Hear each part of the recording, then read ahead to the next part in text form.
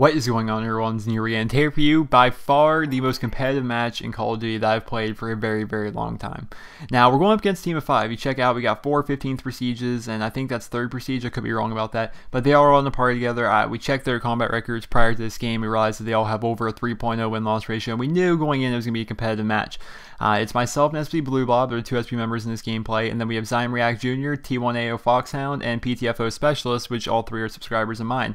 I think Specialist and React Jr., I don't think they knew what they were getting themselves into. I've played with Foxhound quite a bit as a subscriber, but it was a rather competitive match. It was by far the closest match I've ever played. I'm not going to give away whether we win or lose because I think that takes away the fun of this video, because this was by far one of the most competitive matches I've ever played.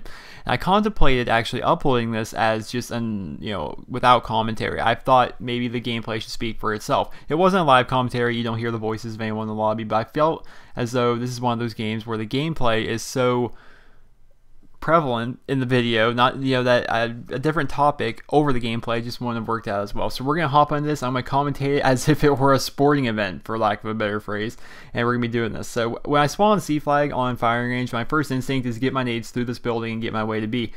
Typically, I can rely on teammates, be them other SP members or be it subscribers or just random individuals in which I've been matched up with, to capture the back flag. I typically always go for the B flag. I'm a big believer in score per minute, how it's a big thing, how it can definitely help you.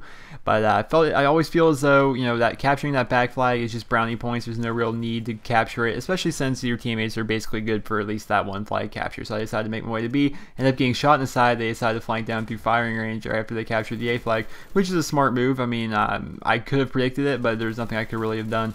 I had to basically worry about them coming out of the wood building. I guess we call it top wood. That's what we like to call it. We like to call it the wood building, and then when they're on top of it, we call it top wood. If they're on the bottom, we call it bottom wood. Now, I'm gonna give this part away about this gameplay, is the fact that I die a lot throughout this entire video, and one of the biggest strategies I use is I always use my equipment. This is something that not a lot of people need to know, especially since I'm on for 3 and how flashbangs in that game are so prevalent. But always using your special grenades, always using your frag grenades, each life is definitely one of the biggest, most beneficial things you could do.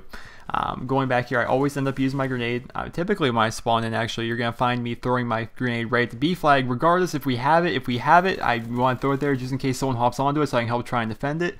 If we don't have it, I want to throw my grenade on the B flag so that we can possibly injure them, and then maybe make it a little bit easier to take them out and get on the flag ourselves. Throughout the majority of this gameplay, guys, you're going to be seeing us fight for the B flag, which competitive Call of Duty is, to me, based around the size of the map. When I look at firing range, I realize that firing range is one of the smallest maps, but it's not a tiny map. It's a small map, but it's not too small. It's probably the perfect size for a competitive environment. Domination on firing range is very competitive, regardless of circumstance. If you are going with, if you're facing just complete randoms, you have no idea what they're doing, or if you're facing a full party, it's a rather competitive match. The spawn system's kind of sporadic. Even if they're trapped back to C flag, they're still spawning pretty close to the B flag. If they're spawning by the A flag, they're still technically spawning pretty close to the B flag. The old expression is a stone's throw away. Well, you're always a grenade throw away from dying on this map. It's a very competitive, very fast-paced map, which I really enjoy. Right now, you look at the score, we're down 29 to 47, which isn't a good thing. I want to clear out this long building and kind of make it easier for my guys to get up on towards B, which I've kind of taken that role on as progressed into that role throughout my time here on YouTube.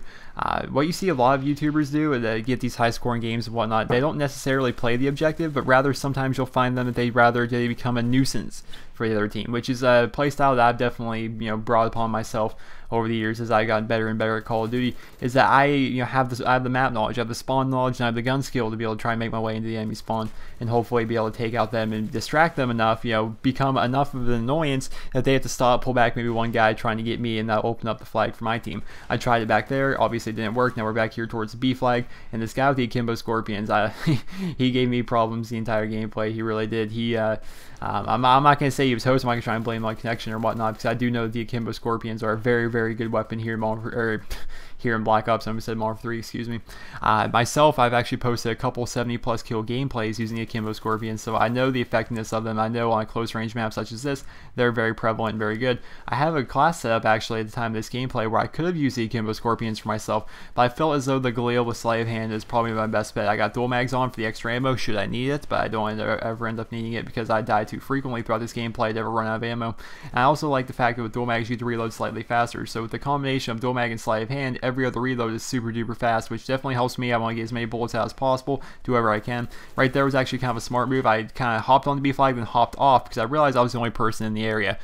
When you don't ever try and just rainbow capture flags, it really doesn't help. If you try and hop on a flag all by yourself, you're going to get picked off, you're going to waste a death, and then you're not going to be there to be able to regroup with your team and help out your team. So I kind of hopped on, ran into the building, see what was going on. Now I'm back here trying to clear out the long building, and as well as make my presence felt over here by the C flag, which I definitely do, which is helping my team. The fact that I'm this far up in their spawn is helping my team spawn in the long building right to my right, the long white trailer, which definitely helps us try and get out of the spawn trap. Now you see we have a couple of teammates on the B flag, so I call my napalm up there, get spawn killed by that guy, and hopefully we end up getting the flag. I don't believe we actually get the flag. I think they both got killed. I see 2 skulls up there. I'm going to catch this guy down here at the firing range. The firing range, when you're playing on firing range, just this area down here at the bottom portion of the map, we consider that the firing range. We consider that the firing range, and we feel as though that you should never be spawning down there. If you're spawning down there, your #1 priority needs to be getting out of there. You see the last 3 or 4 times I've died, I've spawned down here, and I'm calling this out to my teammates. I'm letting them know, hey, we need to get out here. We need to capture the C flag. We capture the C flag will typically be good. If you're pushed back to only C, chances are you can probably spawn down there. If you have only the A flag, you can also spawn down there. My teammates make a clutch cap. They end up getting the B flag right there, and now comes the grenade party. We're basically all chuck our nades. It's a little bit late right now as the enemy team captures the flag right back. So now we're right back on the objective, right back on the offense, trying to get the flag back. We actually get it back rather easily because we had so many people in such a perfect position. Even with the enemy napalm strike coming in, we still felt as though we had the upper hand in getting that flag, and we did. We got it pretty quickly. I catch 3 people right here. Actually, I pick up 2 kills, and I'm gonna find 1 more through the smoke. I'm not sure if it was one of our teammates or if it was one of the enemy players that was throwing smoke grenades, but the smoke grenades, they both help and hinder you. I'm kind of torn on the usefulness of smoke grenades in objective game modes. Now you get spawn massacred right there. In objective game modes, it helps you. Sometimes it helps. You got that smoke on there. They don't know exactly where to shoot you, and if you're wearing flak jacket, their grenades aren't really going to hurt you. That kind of thing. They can definitely help. And this guy makes a little dolphin dive over there. Takes me out the scorpions and captures a flag because of it. But it can kind of help you. They can't see you sometimes if you're wearing flak jacket. All they can do is throw grenades at you, and hopefully you survive it. On the other hand, if they can see you for whatever reason, you can't see them back, and therefore sometimes smoke grenades kind of hinder your progress. They kind of make it so you can't aim back, you can't shoot back, you can't fight back, sometimes causing it to make it a little bit difficult. I look at the mini-map and realize everyone's running down the middle. I realize we're down 90 to 130, so I decide, hey, let's get this capture up real quick because flags are changing hands, just like that, back and forth, it's a constant fight. So I'm deciding I'm going to capture the A flag best of my ability, especially since they were all basically running right towards the B flag from the firing range area, because now we have them stuck to the C flag, that's the area in which they're spawning. It's down either by C, by this building right here, which is a big area, or down by the firing range. Our main objective right now is to get them down by the firing range. People underestimate the power of the spawn systems in Call of Duty. That is why I believe Modern Warfare 3 to be one of the worst Call of Duties ever, is because it's just the spawn system is horrible. I mean, in objective game modes and other Call of Duties, you were taught to push them back to a certain point in the map and you kind of try and hold them there, and it's up to them to fight their way out. Whereas in Modern Warfare 3, basically you push them to a certain area of the map, the game will spawn them behind you, and they'll just take the flag behind you, and you have to go cap that flag, and it's just constant, just running around back and forth, capturing flags. There's no real choke points, there's no real benefit to playing the objective, because eventually the game's going to spawn you on the objective anyway, regardless of what you do. In your Call of Duty, such as Black Ops, which the spawn system, for what we've seen from the live streams, is definitely going to be the same in Black Ops 2 as it was in Black Ops 1, which is definitely a good thing. I think we're all pretty excited about that. But right now, we're actually working our way back. We are down 118 to 144 at this point, and we're trying to do our best to try and work them back down into the firing range. Someone's throwing smoke. I'm assuming it's the other team at this point, because I'm seeing a lot, because there's no point for us to be throwing smoke grenades onto the B flag. And we basically have them spawning down to the firing range, which is what we want. Mission accomplished right now. We get them down to the firing range. We do our best to kind of take over middle buildings, take over choke points of the map. One of the biggest choke points would be this middle building right here, which I took this guy out of. If they control that, eventually their team's going to start spawning closer and closer to the B flag, which is a bad thing. We definitely want to get them out of there. So now I'm kind of taking over this area. I realize they're taking the flag. I'm going to hop on down, do my best to take this guy out. I missed him on the first jump. I end up turning around and getting him. And then I get taken out by the guy over there by wood.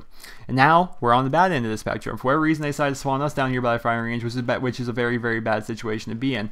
At that situation, we have to go up and we have to go through that doorway or go upstairs right here and drop our way down. It's a pretty bad situation to be spawning down the firing range, because you are in the worst possible situation to try and either A, defend the B flag, or B, capture the B flag. So it's a pretty bad situation to be spawning down here, which we are for some reason. The enemy team has a spawn point in which they're behind the trailer. I pick up double nade right there on the guy. guys on B, which that just goes back to always using your grenades. As much as I hate it, in Modern Warfare 3, the fact that I was always getting bombarded by flash grenades and stun grenades, and frag grenades aren't really a big problem in that game. But definitely use your equipment. Using your equipment's a big thing. That's why in COD 4 competitive Call of Duty, everyone used the first perk, what is it called? Special grenades ×3, where they would use 3 stun grenades, because it's very, very, not only does it stop them, does it hinder their progress, but it can also, it slows them down, makes it so they can't see as well, and also lets you know where the enemy's at. So definitely a big benefit. And right now we're at 156, 166. We brought it back to within 10 points when we were down by over 40 at one point in this game. We're trying to come back, realize the enemy team's on the B flag. I'm calling it out. I'm skipping kill cams. I'm running as fast as I can. But we have a teammate up there in the tower, which definitely helps. That's definitely a huge power point of this map, is that tower. And if you can kind of just hide yourself up there, you can kind of conceal yourself to the point where they have to come right up to you before they're able to see you and be able to shoot you. That head poke on the sandbag is definitely a big key choke point if you're playing on firing range. And like I said, firing range is just one of those maps that has many of these spots right here. We got specialist up there. We have many of these spots up here that's very nice, very beneficial to you to be playing in, and very beneficial to have you in. And check the score right now, 172 to 174. Right now we're back on the objective. We're back on the offense. Everything, as soon as we spawn, all our special grenades, all our primary grenades, everything is going right to the B flag. The enemy team has smoke. I end up picking one through the smoke. And basically at this point I'm relying on my teammate to pick up the other kill going through there. And now I'm become the big YouTube nuisance right here. I'm going in their spawn, doing whatever I can to annoy them, doing whatever I can to bother them in some way, basically making it so they focus a little bit less on the objective, focus a little bit more on me, and any precious seconds are taken away.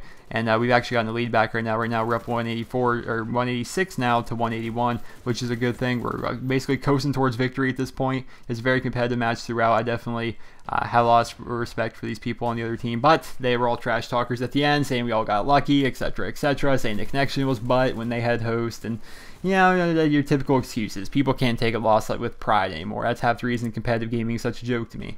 If you go and you go to a third-party website like Game Battles, and you try and do competitive gaming there, even if you win, the enemy team's going to dispute anyway. There's just no honor. There's no respect for each other in the competitive gaming community, from my eyes, from my experience anyway. Which is why when I have a competitive match, if I get blessed with a competitive match like we just played this one right here, it's a very fun experience. But a final score of 49 and 36 for me, 5 caps and 7 defense.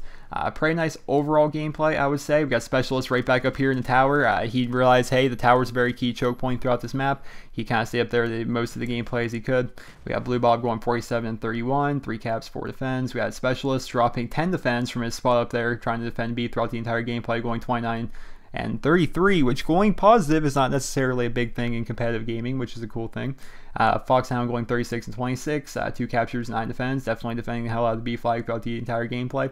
And we got React Jr. going 24 and 28 with 3 captures and 2 defense. So pretty even throughout. I think Specialist and myself, we were capturing the most flags, and then we got between myself, Foxhound, and Specialist defending a lot of the flags. Blue Bob definitely helped. He didn't get a whole lot of captures in defense, but he's definitely helping out slaying with 49 kills, which is kind of that YouTube getting their spawn and annoy them kind of idea. Definitely helped out. But I hope you guys will enjoy this competitive gameplay. I'm looking forward to Black Ops 2. I'm looking forward to running against some parties. I mean, there's no more fun that I've ever had playing Call of Duty than when I have a full party and I'm facing another full party. It's super fun to me. Definitely enjoyed it. But I hope you guys all enjoy this gameplay and commentary. And if you did, remember, rate the video where you guys feel it deserves. And I hope you guys all have a wonderful day. I was banging 7 grand rocks, that's how I roll. I got one gear, go. Are you bipolar? I'm bipolar.